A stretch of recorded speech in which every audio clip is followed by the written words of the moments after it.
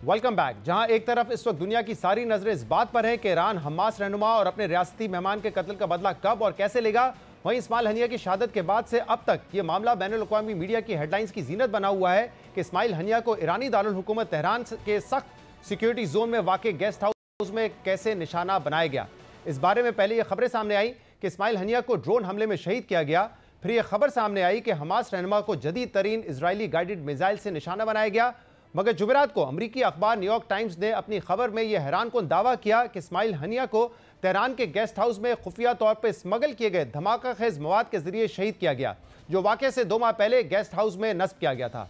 मगर अब इस मामले को लेकर ईरानी पासदारान इनकलाब का नया दावा सामने आया है, जो न्यूयॉर्क टाइम्स की खबर के बिल्कुल बरक्स है। ईरानी पासदारान इनकलाब के बयान के मुताबिक अब तक की तहकीकात से ये बात सामने आई है कि इस्माइल हनिया को गेस्ट हाउस के बाहर से शॉर्ट रेंज प्रोजेक्टाइल से निशाना बनाया गया। प्रोजेक्टाइल में 7 किलोग्राम का धमाका खेज मवाद इस्तेमाल किया गया।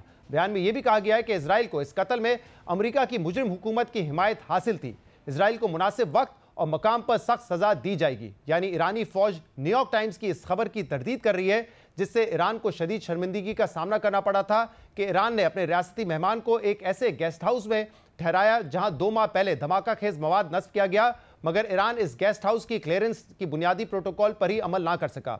मगर ईरानी फौज के दावे एक तरफ, अमरीकी अखबार न्यूयॉर्क टाइम्स अपनी खबर पर कायम है, जिसके बाद ये सवाल हो रहे थे कि इजराइल एक हेविली गार्डेड गेस्ट हाउस में धमाका खेज मवाद नस्ब करने में कैसे कामयाब हो गया, जिसकी तफसील आज बरतानवी अखबार टेलीग्राफ में शाया की गई है।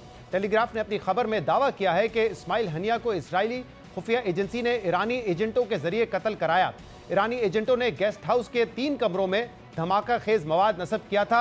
ईरानी हुकाम के पास एजेंटों के कमरों में इंतहाई तेजी से आने जाने की वीडियोस भी मौजूद हैं।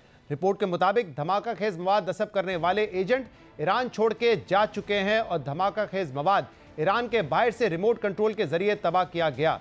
इसी खबर में यह बात भी सामने आई है कि इस्माइल हनिया को पहले मई में ईरान के सदर रईसी के जनाजे में शिरकत के मौके पर कत्ल करने का मंसूबा था, मगर इमारत में बड़े मजमे की मौजूदगी के बायस ऑपरेशन की नाकामी के खतरे की वजह से ऐसा नहीं किया गया। अहम बात यह कि ईरान इस कार्रवाई का जवाब देने के लिए जहां मुख्तलिफ ऑप्शंस पर गौर कर रहा है, वहीं ईरान का दोस्त और खित्ते के ममालिक से राब्तों में भी तेजी आ गई है। इस हवाले से आज कायम मकाम ईरानी वजीर खारजा अली बाकरी ने पाकिस्तानी वजीर खारजा इसाक डार को टेलीफोन किया और इसाक डार से OIC के इजलास में शिरकत की दरख्वास्त की। तर्जुमान दफ्तर खारजा के मुताबिक वजीर खारजा इसाक डार ने OIC के गैर मामूली इजलास बुलाने की मुकम्मल हिमायत की है और इस अहम इजलास में बढ़ चढ़ कर हिस्सा लेने का यकीन दिलाया है।